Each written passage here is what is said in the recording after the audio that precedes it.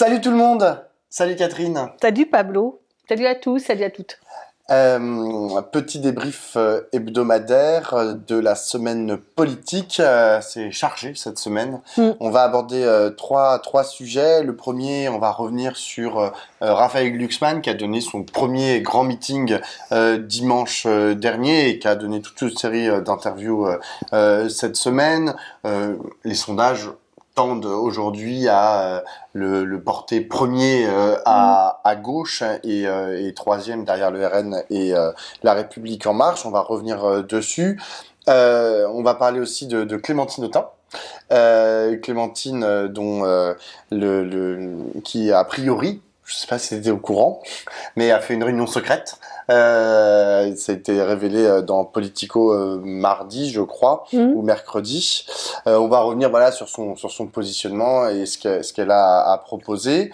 Et puis enfin, on fera un point sur l'assurance chômage parce que là, le père Gabriel Attal a décidé de taper fort et de s'attaquer à une réforme de l'assurance chômage. J'adore quand on dit réforme. Ceux qui sont pleins de pognon, les chômeurs. Voilà, exactement. Enfin, là, fort avec les. Exactement. Une contre-réforme de l'assurance chômage et taper sur les chômeurs. Mais on commence par Raphaël Glucksmann. Alors, je sais, Catherine, que tu as regardé avec attention son meeting de la semaine dernière. Qu'en as-tu pensé? Eh bien, j'ai été étonnée. J'ai été étonnée parce que je m'attendais pas du tout à avoir. J'ai eu l'impression d'un autre bonhomme. Je l'avais pas écouté depuis 5 ans, depuis la dernière élection européenne, parce que c'est pas ma came. Raphaël Glucksmann, j'écoute pas avec attention, mais là je l'ai écouté parce que j'avais à le commenter sur France Info, donc voilà. Et d'abord, j'ai été étonnée parce que j'ai trouvé que c'était devenu qu'il avait un discours beaucoup plus politique. Et il l'a assez bien argumenté d'ailleurs dans son discours. Il dit j'étais un militant des droits de l'homme et j'ai compris que les choses se passaient dans la commission commerce au Parlement européen. Donc je me suis inscrit là et en fait j'ai essayé de transposer ce que je croyais dans les règles commerciales et dans les enjeux de l'Europe sur le plan des marchés, etc.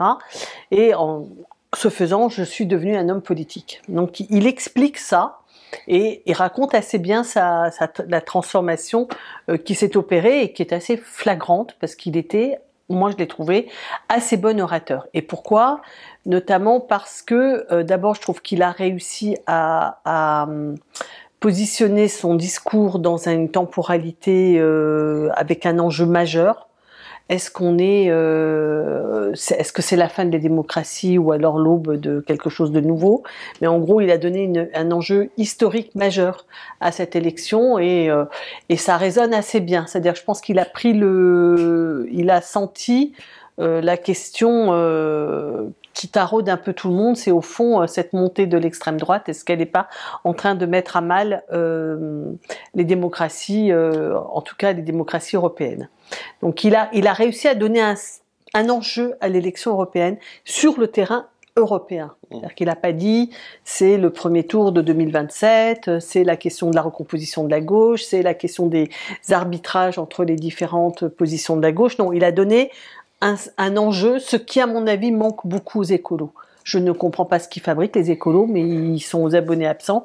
Ils n'arrivent pas à mettre un enjeu européen et notamment le fait que le pacte vert peut être détricoté et est en train d'être détricoté. Donc ça, c'est la deuxième chose. Et la troisième chose, c'est qu'évidemment, il est revenu sur ses arguments sur les questions internationales, mais il a cherché à être plus sur les terrains de la gauche en disant la social-démocratie, c'est nous qui avons fait, alors évidemment c'est un enjeu qui se discute très fortement et âprement, c'est nous qui avons gagné les statuts pour les travailleurs Uber. On avait reçu ici Leïla Chaibi qui avait raconté son engagement et celui de la France insoumise de ce côté-là, dans cette lutte-là.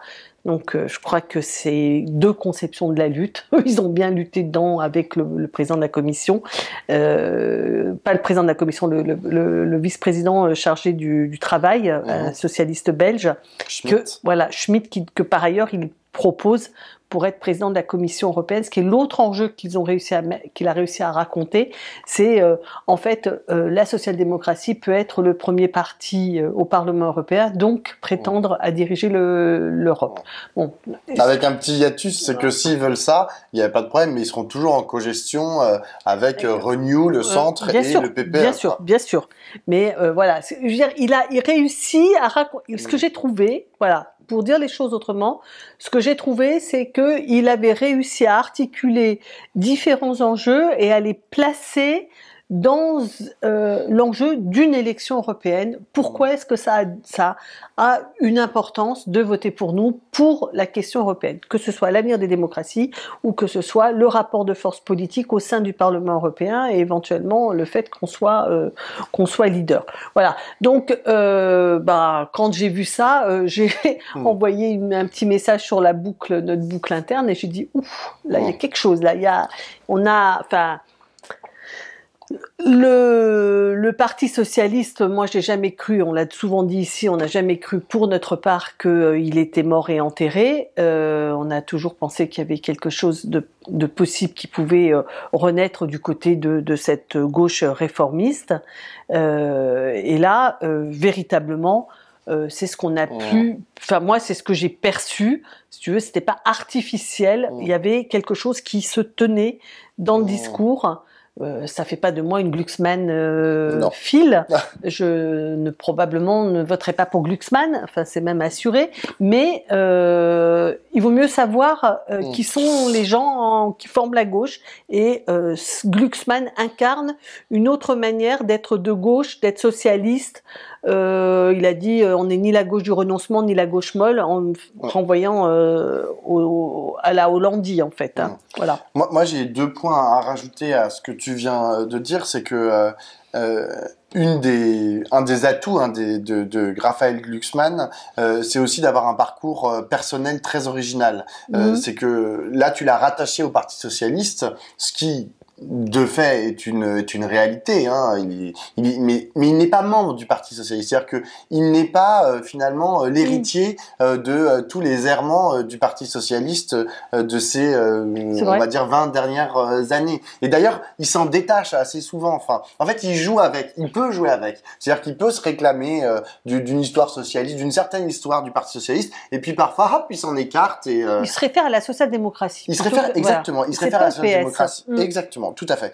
Et ça, c'est l'autre point que je voulais aborder, c'est que Raphaël Glucksmann, je pense que une partie de ce qui fait son succès aujourd'hui dans les études d'opinion et dans les sondages, c'est que il est positionné de façon très explicite sur un sujet. En fait, c'est comme d'habitude, hein, parce que quand il était parlementaire, on l'a pas entendu sur beaucoup de sujets, si ce n'est, par exemple, les Ouïghours. Là, on l'entendait énormément. Là, depuis maintenant 2 ans, il est très positionné sur un sujet qui est la guerre en Ukraine. Et il a un discours qui est excessivement clair, qui est toujours le même et qui est sérine depuis le début de cette guerre, il y a maintenant plus de 2 ans. Et d'ailleurs, qu'il a étoffé en 2 ans.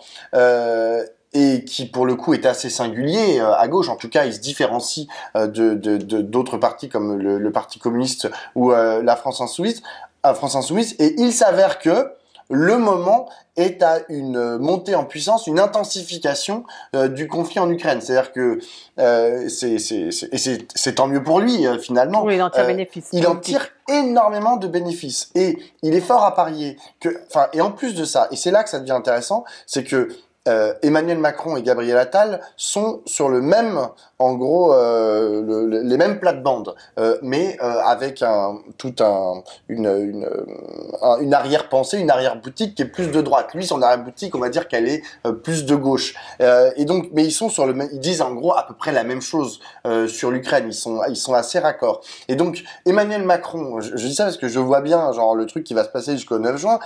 Emmanuel Macron, je dis pas forcément avec derrière des buts électoralistes et pour faire un bon score aux élections européennes, mais là il est en train de pousser en fait ce sujet. Il fait toute une série de sorties et évidemment toute sa série de sorties qui genre font que c'est un sujet médiatico-politique central, ça bénéficie il espère, lui, Emmanuel Macron, à sa candidate, Valérie Hayé, mais en vérité, ça bénéficie aussi à Raphaël Glucksmann, parce que du coup, il est celui aussi qui tient un discours de fermeté vis-à-vis de la Russie, il faut continuer à envoyer des armes, etc.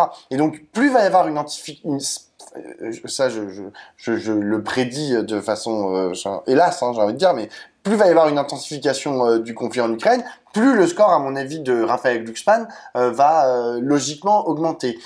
Et j'en viens au dernier point, c'est cette étude de la Fondation Jean Jaurès cette semaine sur le vote Raphaël Glucksmann, les intentions de vote Raphaël Glucksmann, qui démontre de façon assez claire que, en gros, il y a plus d'un tiers, 38% des électeurs de Jean-Luc Mélenchon en 2022 à la présidentielle qui aujourd'hui s'apprêteraient à voter Raphaël Glucksmann, et un tiers des électeurs un peu moins de 30% des électeurs d'Emmanuel Macron qui s'apprêteraient à voter aussi Raphaël Glucksmann. C'est-à-dire qu'en fait, ils se retrouvent à la convergence de deux groupes d'individus, certains qui sont déçus par rapport à ce qu'a raconté Jean-Luc Mélenchon et la France insoumise sur le Hamas, etc. Et puis peut-être aussi plus globalement par l'attitude de la France insoumise pour diverses raisons.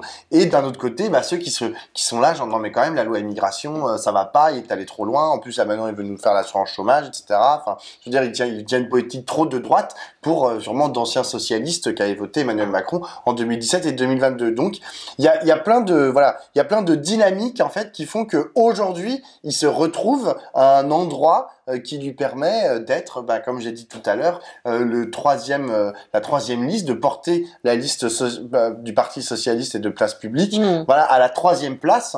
Et je comprends en fait que les autres l'aient identifié, notamment alors à gauche, ça tape sec sur Raphaël Glucksmann et sa liste. Du côté de la France insoumise, on a vu des passes d'armes assez virulentes de la part de différents membres de la liste à l'encontre de Raphaël Glucksmann, qui bien sûr leur répond de façon tout aussi virulente. Ce matin encore, là on est vendredi, ce matin Raphaël Glucksmann était sur France Info et il a encore dit mais de toute façon la gauche c'est fini, c'est plus avec Jean-Luc Mélenchon, etc. Enfin c'est-à-dire qu'en fait à chaque fois il en rajoute des tartines pour tout le monde s'amuse en fait à délimiter, c'est le grand jeu maintenant depuis de toute façon une dizaine d'années, délimiter c'est quoi le périmètre de la gauche. Alors qui est la gauche? Alors les insoumis disent ça s'arrête à nous, et puis genre derrière Raphaël Glucksmann à droite, Raphaël Glucksmann il dit alors la gauche ça va jusqu'à Jean-Luc Mélenchon, mais hop on sort Jean-Luc Mélenchon, il est en dehors, etc. Enfin personne se dit genre bon c'est super en fait de faire des périmètres de la gauche, mais l'enjeu c'est quand même genre de créer une dynamique qui est susceptible d'être majoritaire, donc genre au bout d'un moment faire genre les raffiner, tu vois, Surat a dit ça en 2018, on va pas s'en sortir. On va pas faire toute l'émission là-dessus, mais ce dernier petit point sur Raphaël Glucksmann, je partage tout à fait ce que tu as dit sur son positionnement politique qui fait qu'il n'est pas comptable du Parti socialiste, un petit peu, excusez-moi de mes vieilles tototes, mais un petit peu comme François Mitterrand en 64 n'était pas comptable du Parti socialiste, il était même en dehors du Parti socialiste et il ne se sentait pas, enfin on ne lui demandait pas des comptes sur la SFIO et sa gestion passée. Donc l'idée pour les socialistes de faire alliance avec quelqu'un qui va pouvoir avoir cette liberté, ce pas de côté, il n'y a pas que, les communistes aussi un temps pratiqué ce genre de sport, de mettre quelqu'un qui est raccord sur le fond, mais qui n'aura pas à rendre des comptes sur la totalité du passé peu glorieux et qui divise les socialistes. Exactement. Pas simplement qu'il est peu glorieux, c'est qu'en fait, alors Glucksmann, il est rentré il a commencé son meeting en remerciant Carole Delga et Olivier Faure, qui étaient les deux intervenants juste avant lui, c'est-à-dire la présidente de la région Occitanie qui accueillait son meeting et le secrétaire du Parti socialiste, qui représentent en gros tous les deux des propositions assez différentes de ce qu'est l'avenir du Parti socialiste, dans quel type de gauche et quelle proposition politique il s'arrange. Donc là, lui, hop, il a réussi à faire ça. Ça, c'était le premier. Moi, je suis tout à fait d'accord. Le deuxième point que je veux dire, c'est que il a une certaine forme de radicalité, Raphaël Glucksmann. Tu vas pas te faire des amis. Non, mais parce que la radicalité, c'est dans sa façon de porter ses combats. C'est quelqu'un qui est assez intransigeant aussi, quoi. Et je trouve que c'est,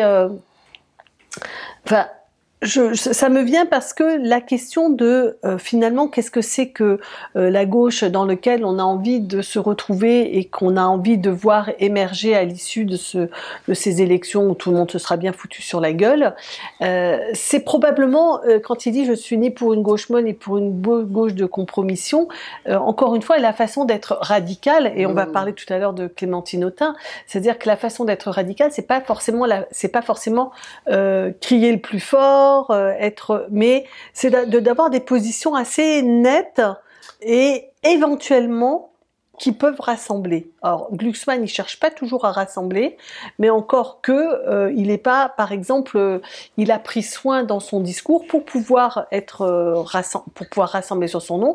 Ils ont pris le soin, tous d'ailleurs, de revenir sur la question du conflit israélo-palestinien, c'est-à-dire pour dire que s'ils ne partagent pas les positions de la France insoumise, ils ne sont pas les désaccords, on va pas refaire la litanie des désaccords qui ont émergé à gauche depuis le 7 octobre, mais donc ils ne se reconnaissent pas dans la façon que la France insoumise a eu d'appréhender la question. Mais ils ont réaffirmé qu'ils étaient pour une solution à 2 États et qu'il fallait un cessez-le-feu immédiat et qu'il fallait une solution pour Gaza immédiate. Donc il construit dans une certaine radicalité un périmètre, une capacité de rassemblement. C'est ça que je veux dire, c'est qu'il essaye de marier la radicalité et le rassemblement d'une façon que je crois assez efficace. C'est drôle parce que je me suis foutu de ta gueule quand tu as dit qu'il était le témoin d'une certaine radicalité. Et en même temps, quand tu l'as dit, je me suis dit, tiens, en fait, ça me fait penser à ce parti qui s'appelait les radicaux de gauche. Et en vérité, non mais... Ils étaient pas radicaux, les radicaux de gauche. Enfin, ils ont été radicaux il y a un siècle. Non, mais c'est bien sûr. Je te dis pas que genre ils étaient radicaux et que aujourd'hui d'ailleurs ça existe encore, je crois, et qu'ils soient particulièrement radicaux, tu vois. Mais ce positionnement, effectivement, c'est un des, je crois, le plus vieux parti de France. Ils avaient ce positionnement au départ, et la radicalité. Enfin, ils avaient récupéré ce mot de radicalité. Non, est-ce que ça me fait réfléchir en fait à ce mot de radicalité qui est sans arrêt utilisé là par tout le monde en disant moi je suis plus radical que toi, etc.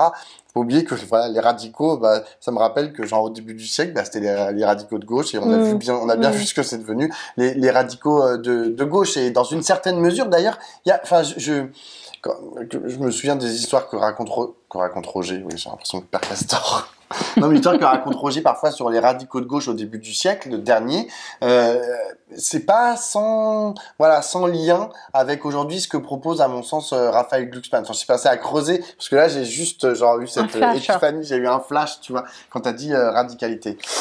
Oui, mais ce que si je dis ça, c'est parce que quand il va y avoir une discussion après le 9 juin sur comment, maintenant, dans cette situation qui est reconfigurée peu ou prou, comment on s'en sort et vers quoi, comment on fait pour construire une solution politique qui permette que la France ne se retrouve pas avec une présidente d'extrême droite, cette question, ce besoin, à mon avis, qui est présent dans la société d'une certaine radicalité, je pense que lui, il l'a vu, et que d'autres aussi la connaissent et l'ont vu, contrairement à Carole Delga qui a dit dans son discours que la colère n'était pas compatible avec la gauche, quelque chose dans ces termes-là.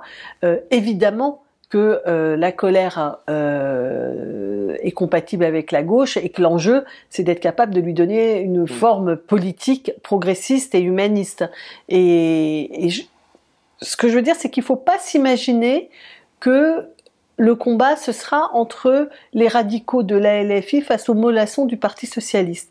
Je pense que ça ne va pas se jouer exactement de cette manière-là. Peut-être que je me trompe, mais je pense qu'il y a quelque chose de perçu sur l'attente d'une certaine d'abord conviction, engagement et des positions qui sont un peu tranchées, pas forcément outrées.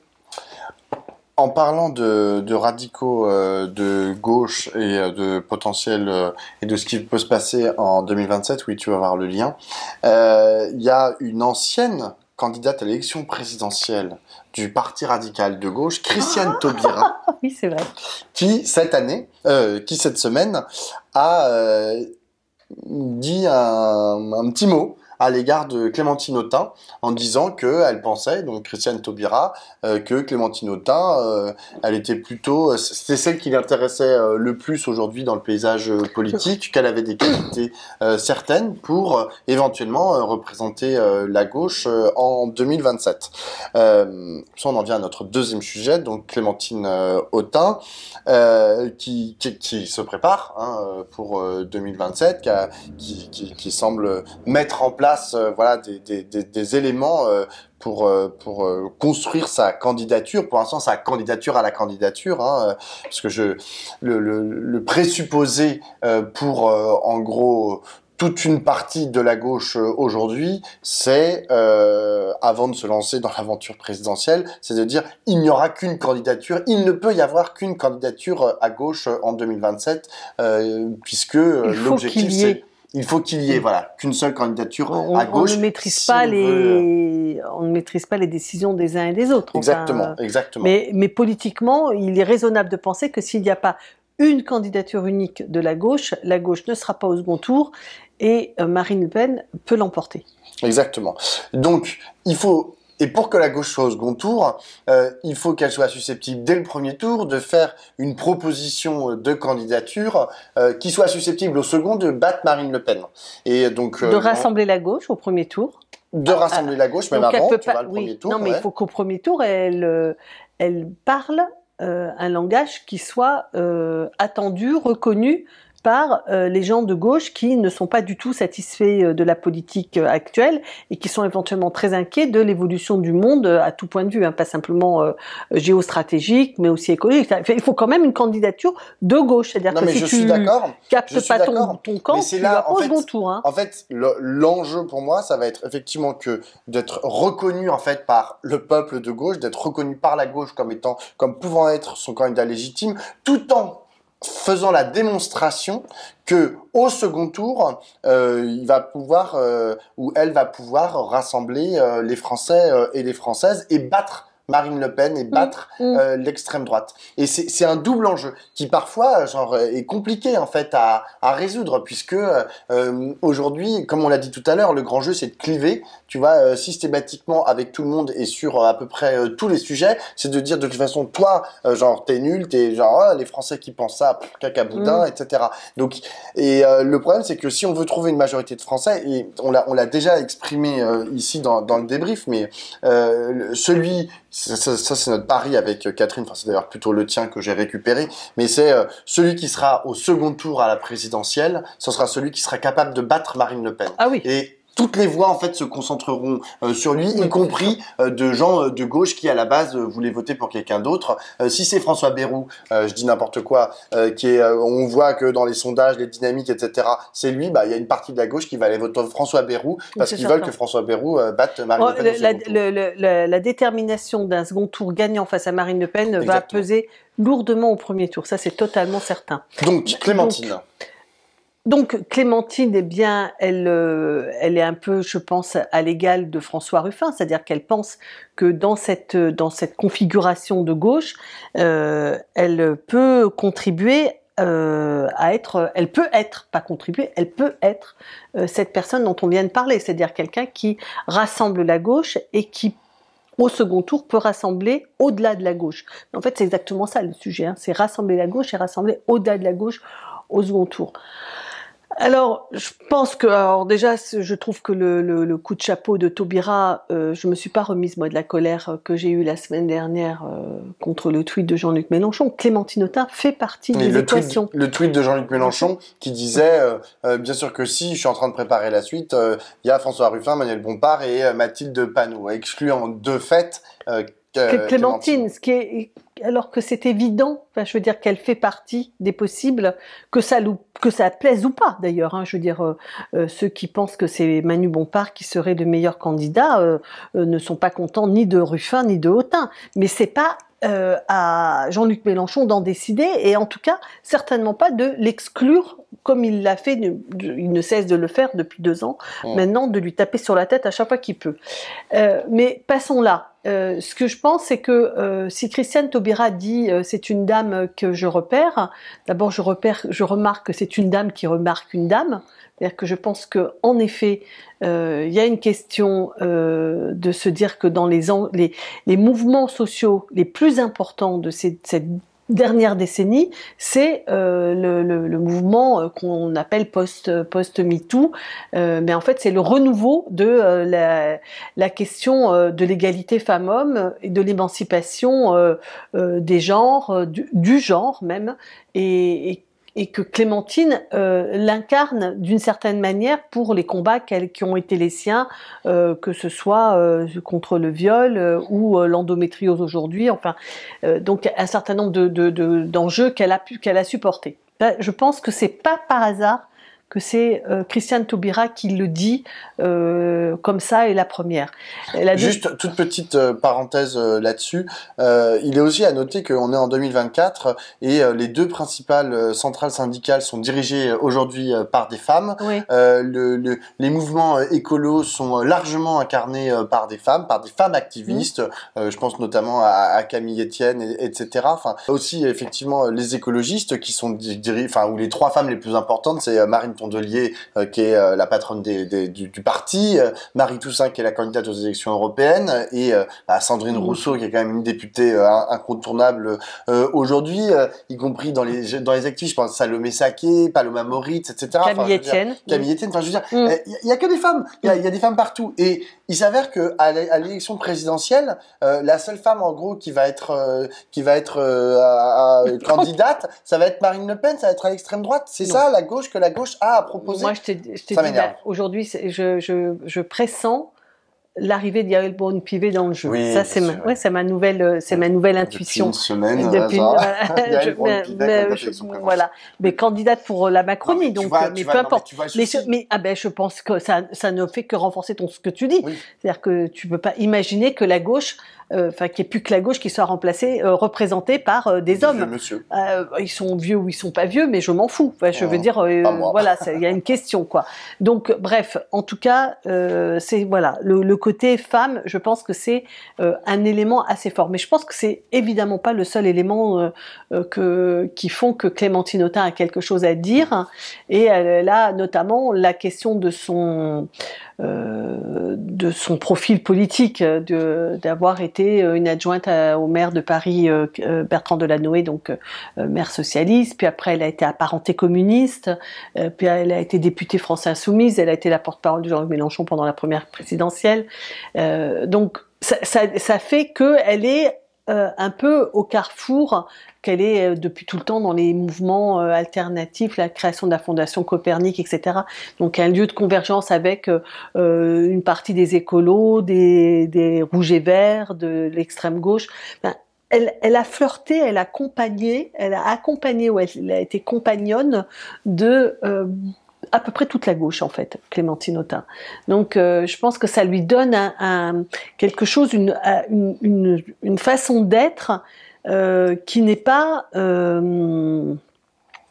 très très clivante, justement, parce qu'en fait elle sait que ailleurs aussi il y a des gens qui sont ses amis, avec qui elle a lutté, avec qui elle a fait des choses intéressantes, qu'elle respecte, qu'elle aime, etc. Donc ça c'est le deuxième truc. Le troisième truc, c'est que c'est quelqu'un qui est quand même assez constant dans ses positions et dans ses engagements sur le long terme. Enfin, évidemment, c'est un secret pour personne que Clémentine a été la rédactrice en chef de Regard dans le début des années 2000, que c'est notre amie, et que on peut dire que les questions qui intéressent Clémentine Autain sont là des questions en continu. Alors, les questions d'écologie, de transformation des imaginaires, elle est très proche de la pensée de quelqu'un comme Gors sur la transformation du travail, et plus donc son féminisme, ça fait je pense qu'elle a un potentiel de renouvellement. Je dis un potentiel parce que pour l'instant, je pense qu'elle est restée assez classique dans ses expressions. C'est-à-dire ce qu'elle dit reste un peu, comment dire, je pense à ce que je disais tout à l'heure sur Glucksmann. C'est-à-dire que Glucksmann, il prend des engagements qui sont un peu, pas forcément au cœur exactement de la tradition de la gauche. Clémentine, elle est vraiment au cœur de la tradition de la gauche.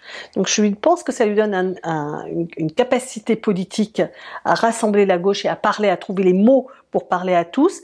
Je pense que la gauche, elle est quand même aussi un tout petit peu ankylosée et qu'elle a besoin de sortir de sa zone de confort pour aller chercher de nouvelles questions et de nouvelles manières d'appréhender ces questions.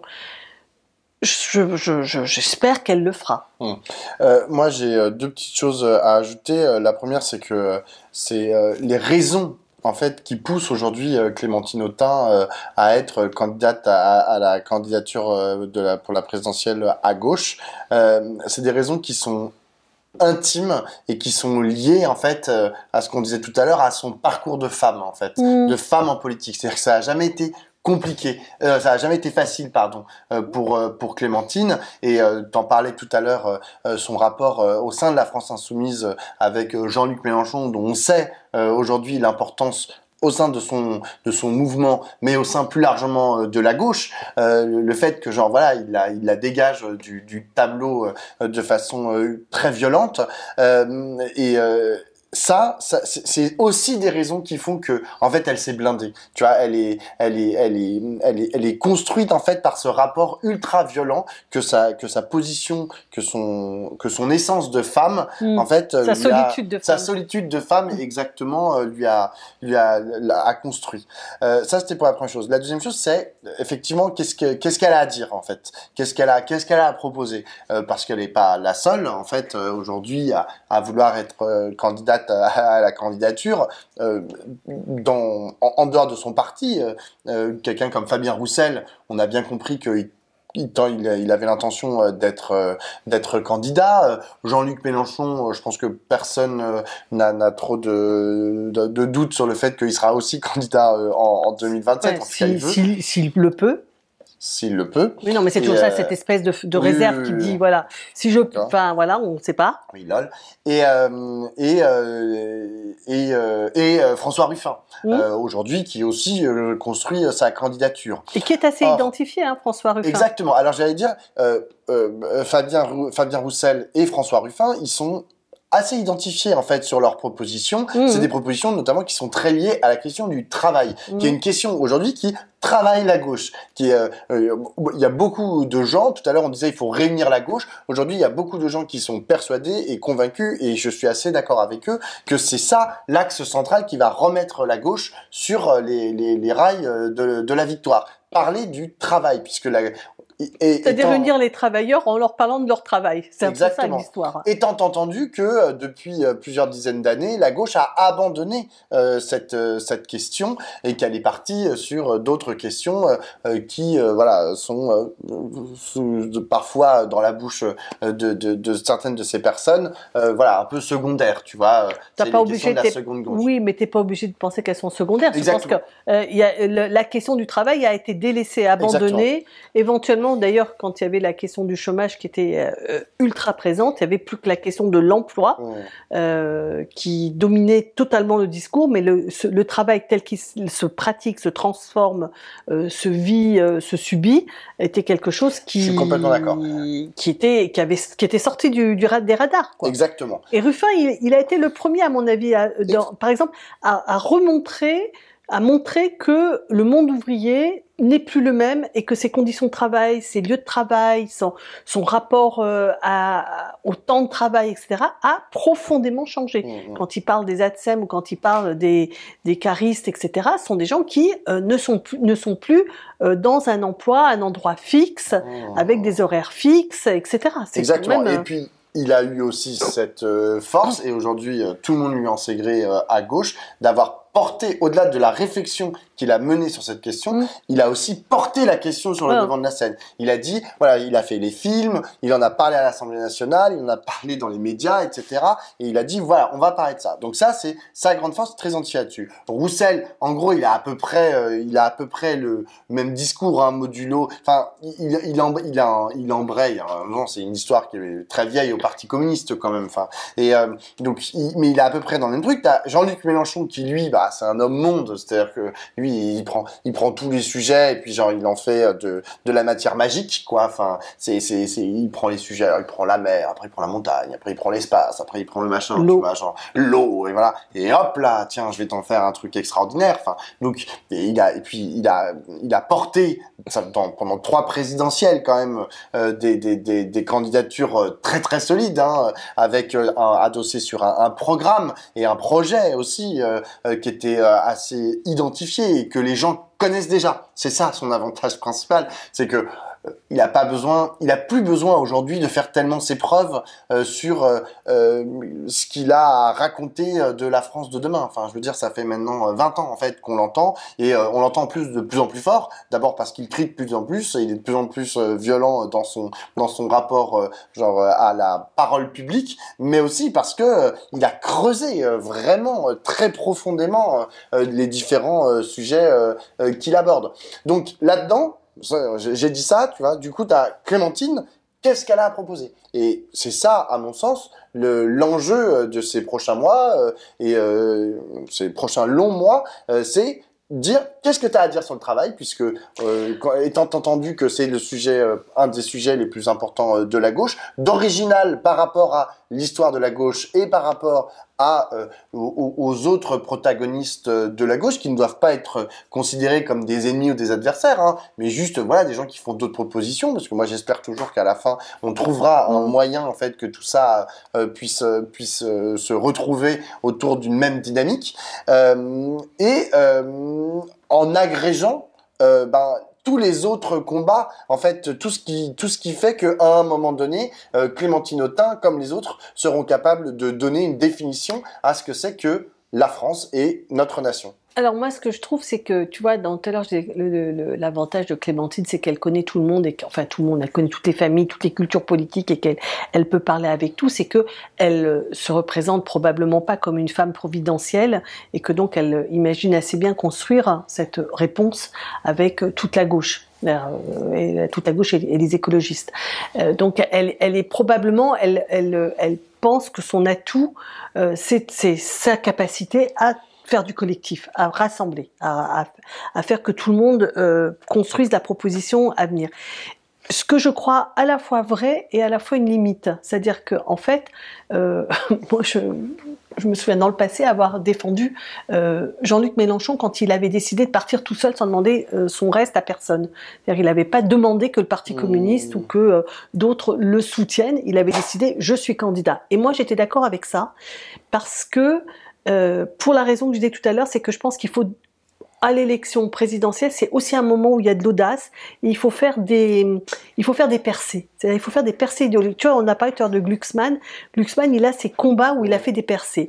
Mélenchon, il a fait ses percées et notamment, moi, celle dont je lui suis profondément gré, je pense qu'il a vraiment mis au cœur du discours de toute la gauche la question écologique, dans toutes ses dimensions. Pas simplement de réduire les émissions de gaz à effet de serre et de changer les politiques énergétiques. Il a vraiment pris le sujet dans son ampleur, y compris géostratégique, etc. Donc il a fait ça. Et il l'a fait parce qu'il n'a pas eu à négocier avec tout un chacun pour dire c'est ça ma proposition. Donc je pense que Clémentine, sa force, qui est celle de cette capacité à rassembler, ne doit pas devenir un poids au sens où il faut arriver à faire le juste équilibre qui fait que chacun y retrouve ses petits, que tout le monde, tu vois. Il y a quelque chose de cet ordre-là qui est que pour embarquer, il faut y aller, il faut dire quelque chose et il faut percer. Et surtout, moi je suis obsédée maintenant par le fait que j'ai vraiment le sentiment qu'on est en train de... On le pense souvent, mais là j'ai le sentiment d'un changement d'époque considérable. avec les enjeux géostratégiques, avec les enjeux de nouvelles technologies comme l'intelligence artificielle, avec les enjeux écologiques, avec les mutations sur le genre qu'on est en train de vivre, que tout ça fait qu'on est en train véritablement de basculer et que donc ce que la gauche a en héritage peut nous aider, mais pas que. On ne peut pas partir que de l'héritage. Et tout à l'heure, tu disais, Jean-Luc Mélenchon, on le connaît depuis 20 ans et d'ailleurs on connaît déjà son discours. D'une certaine manière, je pense que c'est ça la question, c'est qu'il faut que la gauche, elle arrive à aller au-delà de ce qu'elle nous a dit depuis 20 ans. Est-ce que Clémentine Autain est capable de porter cette percée-là? Moi, je crois qu'elle a des atouts pour cela. J'ai rappelé tout à l'heure ses référents intellectuels et sa pratique. Maintenant, il faut que ça se traduise, quoi. Dernier sujet, la réforme de l'assurance chômage, enfin la contre-réforme de l'assurance chômage plutôt, portée par le Premier ministre. Enfin, il est venu au JT de 20h et il a balancé ça un peu à la cantonade en disant en gros qu'il voulait baisser la durée d'indemnisation des chômeurs, passer de 18 à 12 mois d'indemnisation. Mais pas moins, hein. Et, oh, surtout pas, attendez madame. Mais qu'est-ce que vous allez dire? 12 mois minimum. Tu compte 11 mois, qu'est-ce que ce serait? Ça serait, c'est vraiment l'enfer. Quel connard. Voilà. ça, je le laisserai. Et donc, qu'est-ce que d'après toi, vas-y, fais-nous une petite analyse, Catherine Tricot, sur qu'est-ce qu'il veut faire ce jeune Premier ministre? D'abord, ce que je pense, c'est qu'ils ont perdu d'une certaine manière un cap. C'est-à-dire que là, ils sont quand même incapables de nous parler d'autre chose que de rétablir les comptes. Alors, ça ne veut pas dire qu'il n'y a pas derrière, en dessous, des idées cachées, et notamment, je pense que la grande idée d'affaiblissement des services publics pour donner plus de place au marché, ça, je pense que véritablement, c'est une stratégie tout à fait consciente et construite et qui, année après année, s'installe. On voit bien comment le privé s'installe à la fois dans l'école et dans la santé. Mais en gros, aujourd'hui, ils sont incapables de nous dire autre chose que l'objectif, c'est de réduire les dépenses publiques. Ça, c'est la première chose que je retiens, c'est-à-dire qu'ils ne sont pas capables de nous raconter un projet, un discours. Et que ce soit le maire, qui est un ministre d'économie et des finances, qui est, tu vois, le grand argentier, quoi. C'est-à-dire le mec qui tient les comptes, il fait ses tableaux Excel et tout ça.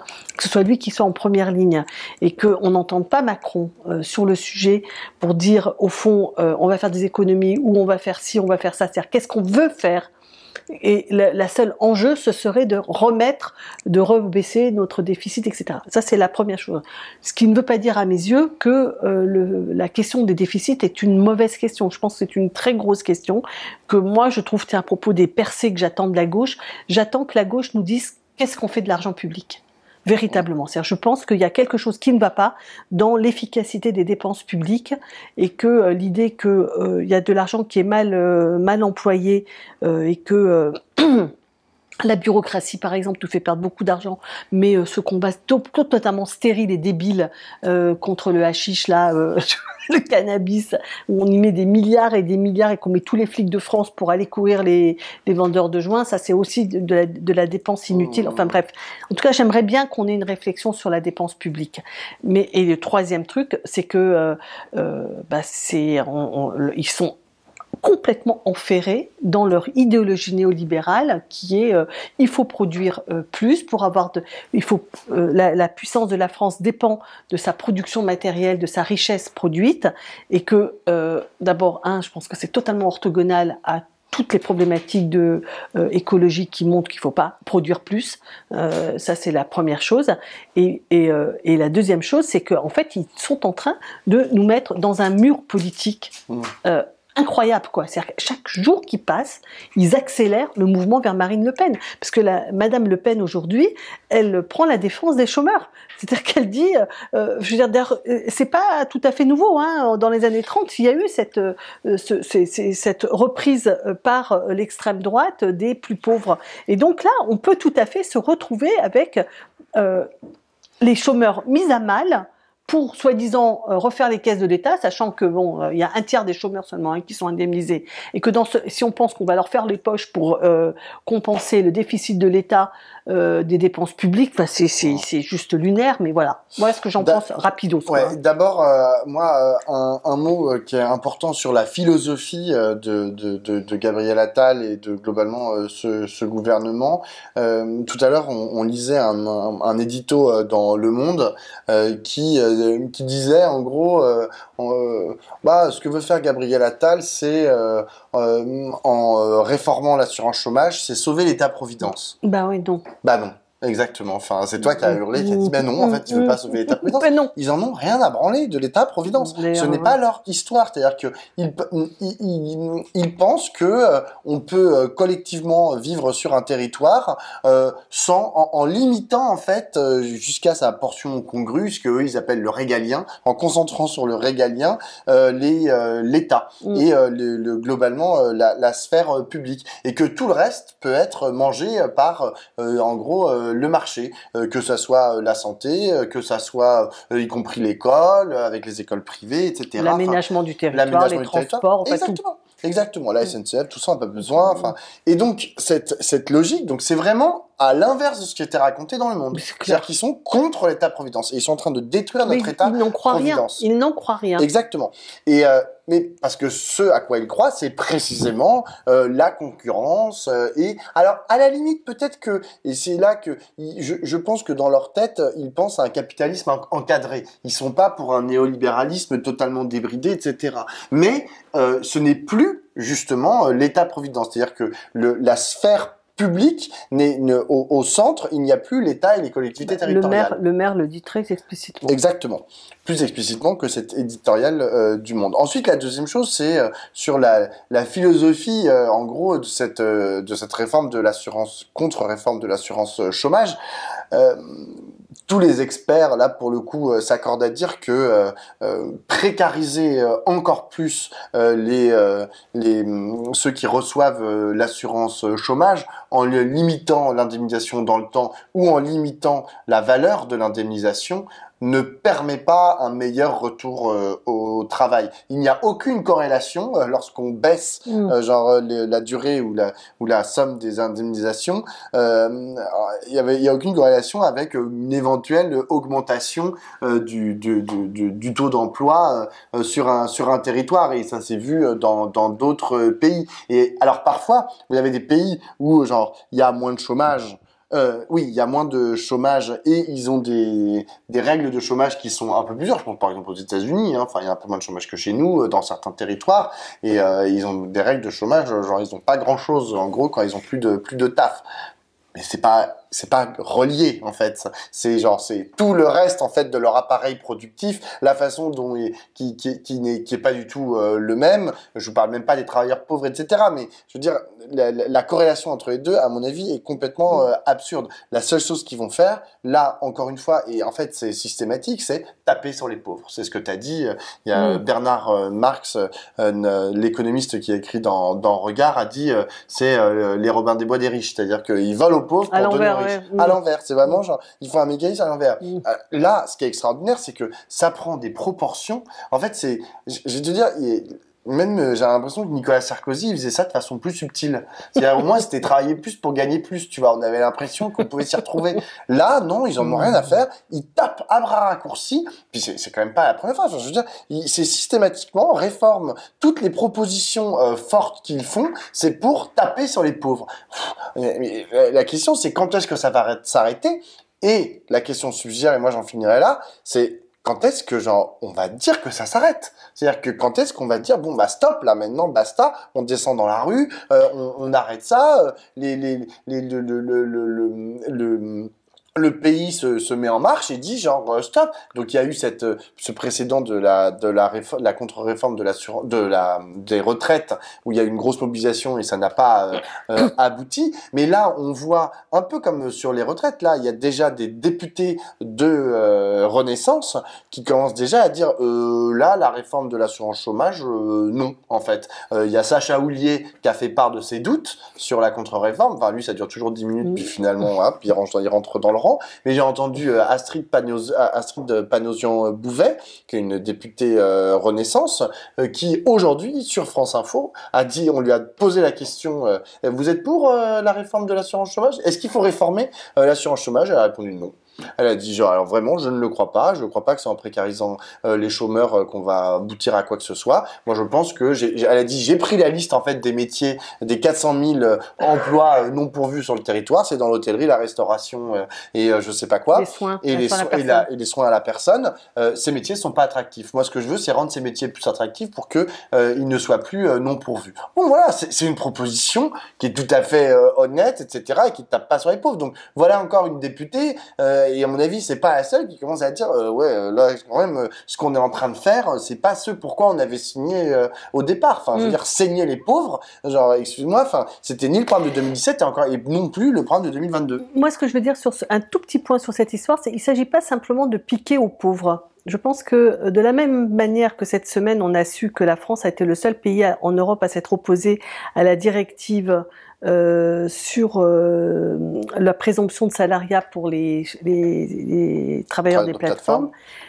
La question n'est pas seulement les travailleurs des plateformes. C'est-à-dire qu'en fait, si on arrive à détricoter le statut du salariat, c'est pas simplement les gars en vélo qui en souffrent. C'est que c'est une généralisation possible de la mise en cause du salariat et de ses protections. C'est-à-dire qu'on peut trouver des caissières qui maintenant sont sur les plateformes et elles arrivent de 10h à 12h30 et puis après elles s'en vont, puis le lendemain, puis etc. C'est-à-dire qu'on peut remettre en cause le statut du salariat. Ça, c'est la première chose. Et je pense que c'est exactement dans le même esprit, parce que là, en faisant ça, en faisant cette pression, c'est-à-dire en obligeant les gens à prendre n'importe quel boulot, c'est-à-dire indépendamment de leur formation, de leur qualification, de leur expérience professionnelle, de leurs aspirations, de leur lieu d'habitation, etc.